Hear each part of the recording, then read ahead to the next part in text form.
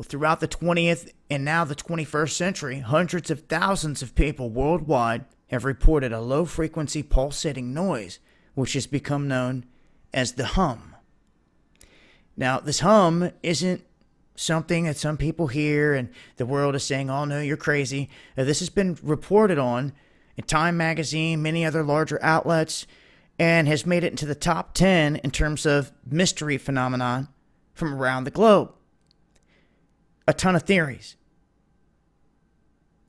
But there's no answers as to what it is and what it could be. Some, starting along with the theories here, are saying that it comes from the resonance of this planet.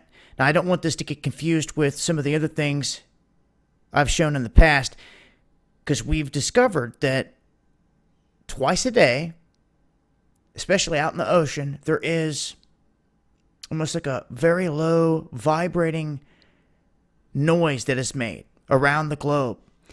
And the best scientists could do to try to associate this with anything is that it's toward the very beginning of the day with sunlight and in the evening, and it could coincide with a global feeding time. Meaning that every day, as we have these cycles, twice a day, they would pick up this noise they couldn't explain, and it could have been the movement of sea life going about their normal cycle. So it carries a vibration. Now, of course, everything consisted of vibration. And then he said, let there be light. That was a vibration. All of it. From Jump Street. With frequency and vibration giving us different depictions in terms of sand and water and things of that nature, the different designs. Somatics, which is something that I'm going to be going deeper into from here on out and showing the proof of it. I believe that somewhere along the lines here, this is the language throughout the cosmos.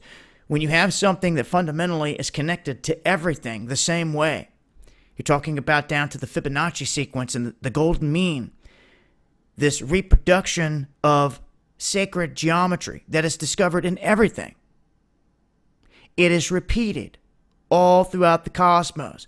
So then you fall back to a symbolic type of communication where symbols, now that we've seen through somatics, symbols can show us a design for a sound, a frequency.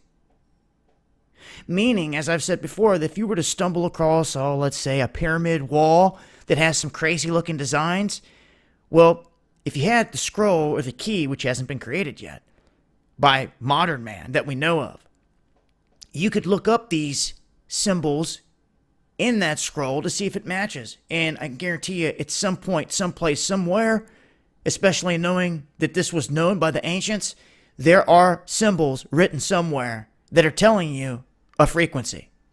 And they're basically telling you to play that frequency there, or that frequency is very important. And then we would have to see what that is, what happens if you did play that frequency in that spot and everything else. It's very interesting because these are the fundamentals that they strip all of you of. Do you understand me? They don't teach you none of this in school.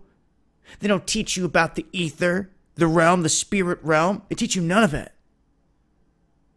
So how are you supposed to ever figure out what something is that's emanating from that realm? Connected into yours. A multi-dimensional vibration or sound, so to speak, because we know it's very possible. What if that's the case? How are you ever going to pin down where it's coming from if it's coming from another dimension in which half of you don't even believe exists or don't even realize exists? Right in front of you. Just as real as the air you breathe that you cannot see but gives you life. How much more can you not see that is really there, is the question. A whole lot is what I'm here to tell you. And fundamentally, this is what they try to keep behind the curtain. Now, the hum, globally, anyone's guess as to what it really could be, but some say it's amplified in certain areas. Some complain that these noises they hear have took a toll on their life. They have cause them great harm in terms of their health.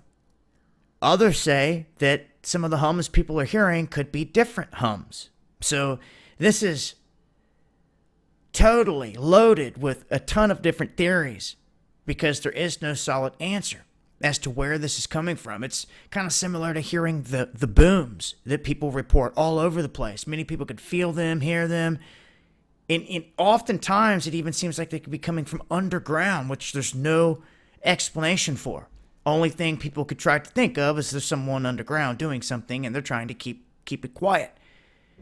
Other times, they can hear these things through the skies with nothing showing up on the seismographs. Massive booms. People try to say it's sonic booms, and once again, it's a guessing game. But the sound and the vibration and this hum that is global is very real. I'm going to leave a link here so you guys can read in to some background information. I had some other people talking to me here recently about this, and I know others have had issues with the sounds and the noises that they pick up.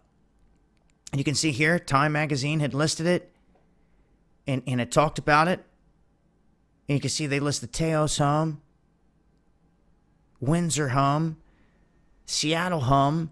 And one has to ask, all right, are these connected? Is it one hum globally, or is there something else causing it? Well, it's an interesting topic nonetheless. Wanted to touch on it here. I'm going to leave a link.